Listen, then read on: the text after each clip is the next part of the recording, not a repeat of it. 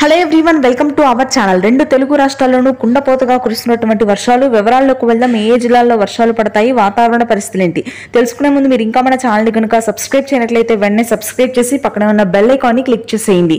ఇక లేట్ చేయకుండా వివరాల్లోకి గనక వెళ్ళినట్లయితే ప్రస్తుతానికి బంగాళాఖాతంలో ఏర్పడినటువంటి అల్పపీడన ప్రభావంతో మనకి విశాఖ, విజయనగరం, విశాఖపట్నం ప్రాంతాల్లో మోస్తరు నుంచి కురుస్తున్నటువంటి వర్షాలు మరింతగా పెరిగే అవకాశం ఉంది.